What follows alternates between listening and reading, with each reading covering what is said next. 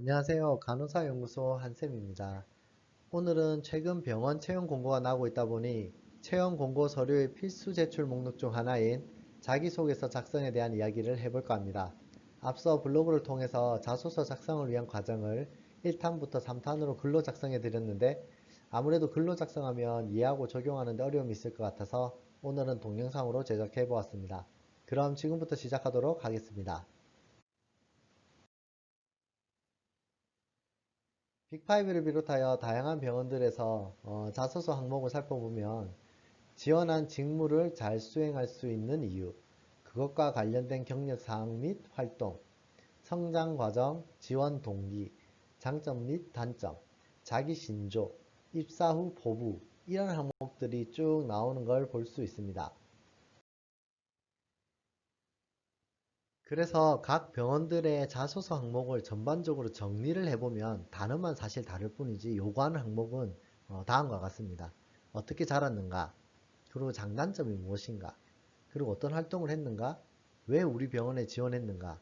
그리고 입사 후에는 어떤 포부를 가지고 있는가? 이렇게 정리될 수 있습니다. 이 내용만 작성하면 어느 병원의 자소서에도 살만 붙이거나 배치만 다르게 살짝 변경하면 됩니다. 여기서 중요한 포인트는 저 각각의 항목에 대한 본인의 그러니까 자기 자신의 이야기를 소개해야 됩니다. 그냥 있는 사실만 나열하는 게 아니라 그 사실로 에피소드나 경험으로 내가 깨달았던 점, 배웠던 점, 얻은 점이 있어야 되고 그것을 내가 삶에 실천해 갖고 그 점이 지원하려고 하는 병원의 미션과 비전에 일치한다 라고 작성을 마무리해야 하는 게 팁입니다. 대부분 작성하는 분들은 뭐 성장 과정 경우에는 뭐 봉사가 중요하다고 가르치시는 부모님 밑에서 자랐다. 뭐 동아리는 어떤 걸 했다. 내 장점은 꼼꼼한 것이다. 그래서 이 병원에 들어오면 뭐 봉사정신을 가지고 부모님이 가르쳐 주신 가르침을 가지고 뭐 하겠다. 동아리 경험을 살려서 하겠다. 뭐 꼼꼼함을 가지고 꼼꼼한 뭐 간호사가 되겠다. 라는 식으로 작성을 하는데 그 각각마다에서 명확하게 깨달은 어떤 그 가치나 삶의 철학 같은 것이 있다면 그거를 명확하게 제시하는 것이 중요합니다. 왜냐하면 이건 자기소개서입니다. 우리가 사실 면접 때 자신을 어필하기 위해서 말로 설명하는 것을 단지 글로 자신을 어필하는 게 자기소개서입니다. 그래서 자신을 어필해야 하고 이 병원에서 요구하는 인재가 나임을 연결하는 게 중요합니다. 그래서 자소서를 작성하는 과정을 살펴보면 첫 번째는 원하는 병원의 미션과 비전을 분석해서 여기서 원하는 이 병원에서 원하는 인재상이 어떤 역량과 능력을 갖춘 사람인가를 찾아야 합니다. 두 번째로 그 다음으로는 각 역량에 대한 나만의 에피소드를 작성합니다. 나만의 에피소드를 하면 그 병원에서 요구하는 그 역량에 따라서 내가 경험했던 어떤 뭐 삶의 경험 뭐 이런 에피소드 이야기들, 뭐 동아리를 했던 경험, 뭐 이런 것들을 작성하는 게 되겠죠. 그리고 세 번째로 병원의 자소서 항목을 배치를 합니다. 이거는 성장 과정에는 요거, 뭐 장단점에는 이 에피소드, 그리고 경력상에는 요 에피소드, 지원 동기는 요 에피소드로 넣어야겠다라고 배치합니다. 그리고 글의 구성에 맞춰서 편집 및 작성을 하고 구성은 이따가 제가 알려드리겠습니다. 그리고 글자 수를 이제 줄이고 맞춤법 검사하면 완성입니다. 참 쉽죠? 그럼 하나씩 차례차례 보도록 하겠습니다. 병원의 미션과 비전을 분석하여 필요한 역량을 뽑아낸다. 첫 번째로 지금 보시면 땡땡병원의 미션과 비전을 제가 가지고 왔는데 제가 색칠한 빨간색으로 색칠한 부분이 중요하게 생각하는 것을 알 수 있습니다. 저 빨간색을 할 수 있는 능력을 갖춘 사람을 자기들을 뽑아서 자신들의 미션과 비전을 실천하겠다는 거죠. 뭐 최상의 진료와 연구와 교육을 실현할 수 있다. 또는 뭐 의료 혁신의 디지털 기반의 개인 맞춤 의학을 구현할 수 있는 사람. 또는 여긴 또 다른 땡땡 병원입니다. 여기는 친절하게 5가지 핵심 가치를 제시해 두었습니다. 저 역량을 갖춘 사람을 원한다고 적혔습니다. 뭐 나눔과 배려심, 정직과 신뢰, 미래지향적인 사람, 이런 능력을 갖춘 사람을 자기들은 뽑겠다라고 제시하고 있습니다. 그래서 앞서 병원에서 이야기한 역량에 따라서 내가 어떤 경험과 어떤 에피소드를 가지고 있는지 한번 쭉 써보는 겁니다. 그러려면 각각의 역량에 따라 어떤 에피소드를 쓰는 게 좋을지를 고민해야 되겠죠. 예를 들어 미래지향이라는 에피소드를 가지고 있다면 아무래도 미래를 위해 준비하고 앞선 최신 의학이나 뭐 간호학이나 이런 걸 공부하는 거지 않을까요? 따라서 새로운 것을 탐구하는 노력이나 경험, 학교나 과제 같은 걸 할 때 혼자 깊이 있게 더 공부했던 경험이나 해외여행이나 해외에 나갔을 때 새로운 아이템에 관심을 가졌던 경험 등을 쓰거나 또 뭐 간호사 관련 자격증 이런 거에 관심이 생겨서 혼자 도전했던 경험들과 같이 다양한 어떤 아이템에 도전하고 했던 그러한 자신의 경험을 쓰면 되겠죠. 또는 다른 예로 공동체 중심 사고도 동일합니다. 나보다 개인보다 공동체적인 거를 좀 더 중심으로 생각하는 사고를 했던 경험인데 예를 들어서 동아리, 실습조, 뭐 과제를 위한 조별 모임을 하면서 내가 대표였거나 또 대표가 아니더라도 어떤 조원들과의 갈등적인 상황에서 우리 조를 생각해서 먼저 공동체적인 이런 걸 생각해서 내가 헌신했던 경험을 통해서 결국에는 좋은 결과를 얻었던 경험을 작성하면 되겠습니다. 그렇게 작성한 에피소드들을 뭐 한 3개를 쓸 수도 있고 4개, 5개를 쓰게 되겠죠. 아마 각 항목에 맞춰서 개수에 맞게 쓰는 게 좋겠죠.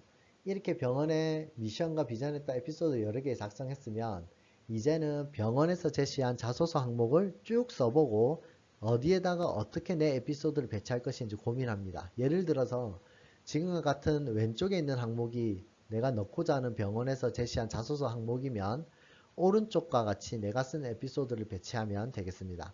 꼭 병원에서 제시한 모든 미션과 비전에 해당하는 역량을 하나씩 다 배치할 필요는 없습니다. 오히려 한두 가지가 명확하게 드러나는 것이 더 좋습니다. 자소서를 읽는 평가자의 입장에서 보면 나의 자소서를 읽고 나서 적어도 나라는 사람을 생각할 때 딱 한 가지로 정의될 수 있는 이미지가 남도록 쓰는 것이 훨씬 좋습니다. 이 친구는 나눔과 배려, 봉사정신이 투철했던 친구구나. 우리의 핵심 가치와 상통하네. 이런 생각이 들도록 오히려 다양한 특성을 많이 배치하면 기억에 남지 않을 수 있습니다. 우리가 왜 면접 때도 이 얘기했다가 저 얘기했다 하면 뒤죽박죽 되듯이 면접 때도 한 가지 이미지를 가지고 이야기를 쭉 해야 기억에 남는 것처럼 말이죠. 그럼 이제 작성한 에피소드를 바탕으로 자소서의 각 항목마다 글을 어떻게 구성해야 되는가? 지금 아마 에피소드는 그냥 내 생각나는 대로 써놨을 거거든요.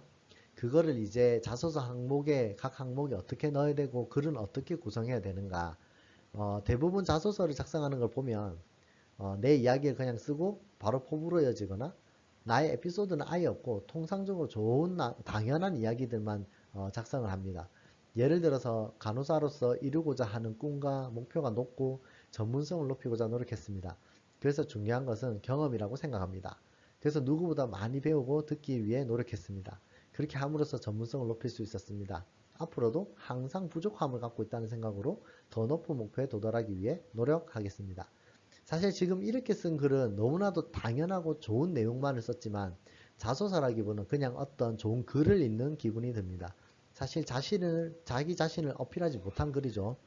사실 나만의 에피소드가 제시되어야 나에 대한 이야기임을 알고 신뢰성이 올라갈 수가 있습니다. 그래서 지금 제시한 구성에 따라 글을 작성하는 것이 필요합니다. 제목, 그리고 에피소드, 그리고 그 에피소드를 통해서 내가 배우거나 깨달은 점, 그리고 그 배우거나 깨달은 점이 내가 놓고자 하는 이 병원의 핵심 가치나 비전과 역량에 어떻게 일치하는가. 그리고 만약 글자 수가 된다면 그래서 그거를 바탕으로 나는 어떠한 간호사가 되겠다. 이렇게 마무리되어 서론, 본론, 결론으로 글이 구성되는 것이 필요합니다.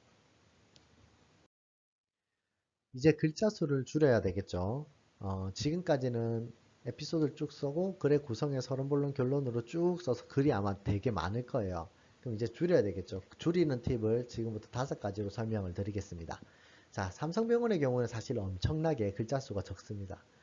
여기서 한 가지 조금 알려드리고 싶은 건 삼성이나 다른 병원 같은 경우에 750바이트라고 제한이 되어 있어요.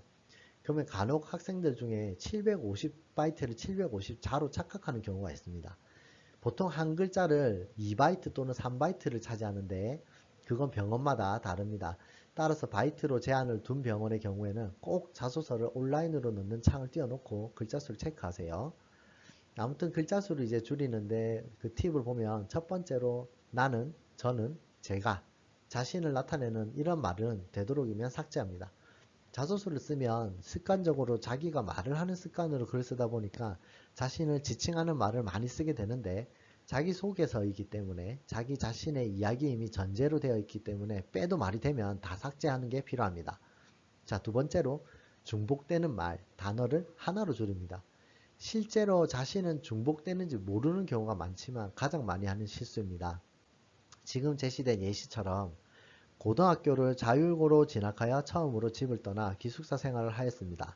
이런 경우에도 고등학교와 자율고는 동일한 단어고 처음으로 집을 떠나는 것이 기숙사 생활을 뜻하기 때문에 줄여도 되는 거죠.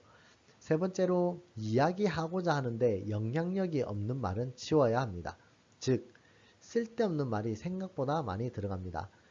처음으로 자율고로 진학하여 기숙사 생활을 하였다는 이야기에서 자율고등학교라는 이 단어가 내가 지금 이야기하고자 하는 데서 중요한 배경이 아니면 지우고 또는 또 진학하였다는 말도 당연히 고등학교로 가는 게 진학이기 때문에 지워도 상관이 없습니다.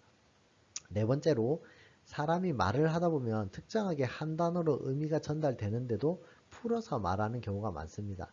아무래도 이제 말을 하는 거기 때문에 듣는 사람의 이해를 돕기 위한 배려죠. 말을 할 때는 그렇지만 글을 쓸 때는 반대로 함축적인 단어로 줄이는 것이 필요합니다. 책을 많이 읽으면 이러한 능력이 많이 길러지는데 지금 제시한 바와 같이 먼저 안부를 묻고 자연스러운 대화를 이끌어갈 수 있다는 이러한 능력은 소통이란 두 글자로 함축이 되기 때문에 줄일 수 있습니다.